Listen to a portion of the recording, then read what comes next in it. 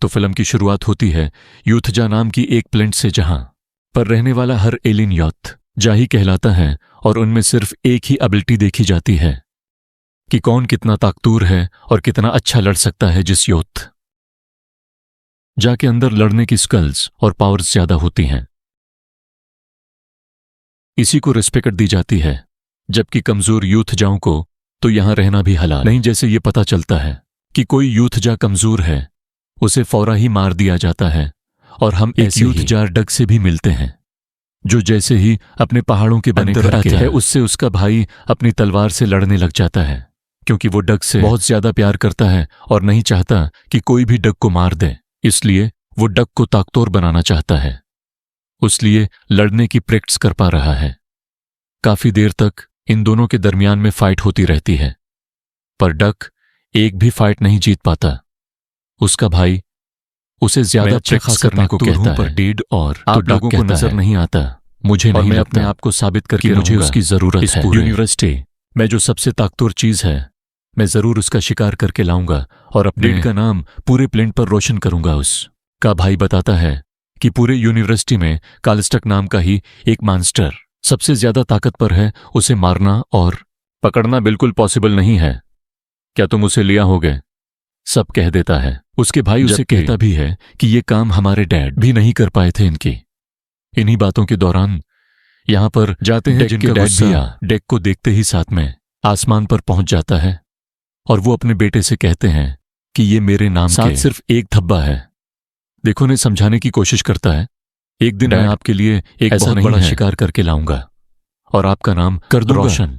देख के डैड तंजिया नजरों से उसे देखते हैं और तुम उनका गुस्सा और भी ज्यादा बढ़ जाता है देख की ऐसी बातों, और वो अपनी लेजर बांध देते हैं और दोबारा डेक के भाई से कहते हैं डेक को मार दो। डेक के भाई के पास भी कोई दूसरा चारा नहीं था। अपनी डैड की बात मानते हुए वो अपनी लेजर वाली तलवार उठाता है, पर डेक को मारने के बजाय वो डेक की रस्तियां तोड़ देता है। डेक भी बिना सेकंड का भाई अपनी अंदर चला जाता है और डेक के डैड के भाई पर इतना ज्यादा गुस्सा हो जाते हैं कि वो उसका एक हाथ ही काट देते हैं। दूसरे हाथ से डेक के भाई की मदद करने की कोशिश की थी। स्पेसशिप का जो रिमोट उनके हाथ में था, उसने अपने रिमोट से डेक की स्पेसशिप को जीना प्लैनेट के लिए लॉन्च कर दिया था, जहां पे डेक को काले से एक्स्टर मलना था। यानी कहीं ना कहीं उसे भी अपने भाई पर यकीन था।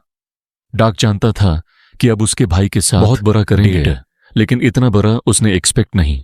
क्या था डेक के डेड। डेक के गुस्से में इसके भाई को मार देते हैं। टूट जाता है सीन। कट होकर अगले सीन में हमें दिखाया जाता है कि डेक जीना प्लैनेट पर पहुंच गया था। इसकी प्लैनेट के अंदर आते ही शीशे प्रेशर इतना ज्यादा बढ़ जाता है, अपने आप को बचाने के लिए डग एक कैप्सूल में बैठ जाता है और उसकी क्रश लैंडिंग होती है। जीना के जंगलों में अब डग क्योंकि योद्धा था, इसलिए वो बहुत ज्यादा ताकतवर है। उनके पास हमेशा से लड़ने के हथियार भी होते थे, जिसको डग ने अपने पूरे कपड़ों में छुपाया हवा था। पर उसने एक्सपेक्ट नहीं किया था कि जीना प्लेनेट की सोचों से भी कहीं ज्यादा खतरनाक है और यहाँ के पौधे भी मॉन्स्टर हैं। जंगल में निकलते ही पौधे उसके ऊपर हमला कर देते हैं और उसके सूट में से सभी वेपन्स निकाल देते हैं, जिसके बाद इन पौधों की बड़ी बड़ी सी बेले डेक के ऊपर हमला कर देते हैं। देख वाली तलवार हाथ की लेजर इन बेलों को बहुत मुश्किल से काटता है और ऐसे आगे बढ़ता है। रास्ते में बहुत से पौधे उसके ऊपर हमला करते हैं, जकड़ता है उसका पांव, उसे पूरा पकड़ने की कोशिश करता है, पर सारे ही बेलों को के बाद देख फाइनली इस जंगल से बाहर निकल ही आत। इस टाइम तक बहुत ज्यादा जख्मी हो गया था।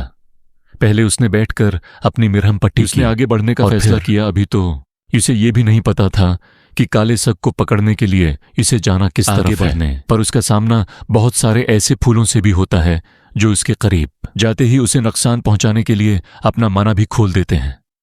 देख समझ गया था कि इस प्लैनेट पर हर कदम सोच समझ के रखना होगा। तभी उसी कुछ कदम तुम्हें लड़की हुई।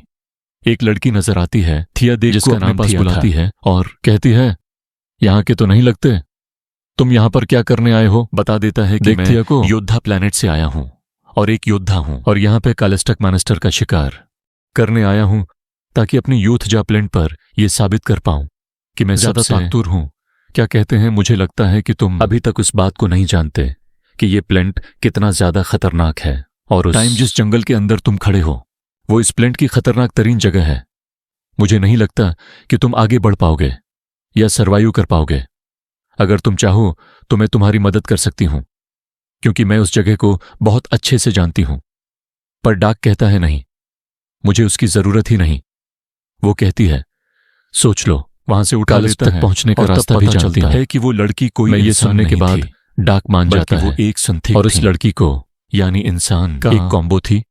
डेक उसे अपनी पीछे लटका लेता है और अपना सफर शुरू कर देता। अभी डेक को अपनी स्टोरी बताई रही थी कि वो पिछले 2 साल ऐसे ही यहां पर रखी हुई है कि तभी अचानक से एक उड़ता हुआ ड्रैगन आकर डेक के ऊपर हमला कर देता है और उसके हमले से डेक बेहोश हो जाता है। तैयार अपने हाथों का इस्तेमाल करते हुए उस ड्रैगन को